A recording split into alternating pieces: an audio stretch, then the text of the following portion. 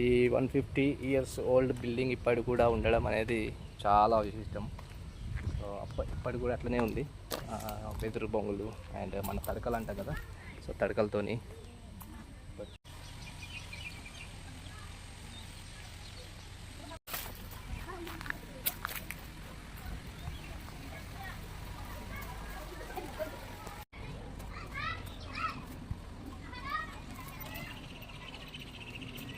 మొత్తం కూడా మన వెదురు తడకలతోని కట్టింది. అండ్ ఇక్కడ చూస్తే మొత్తం రేకులు.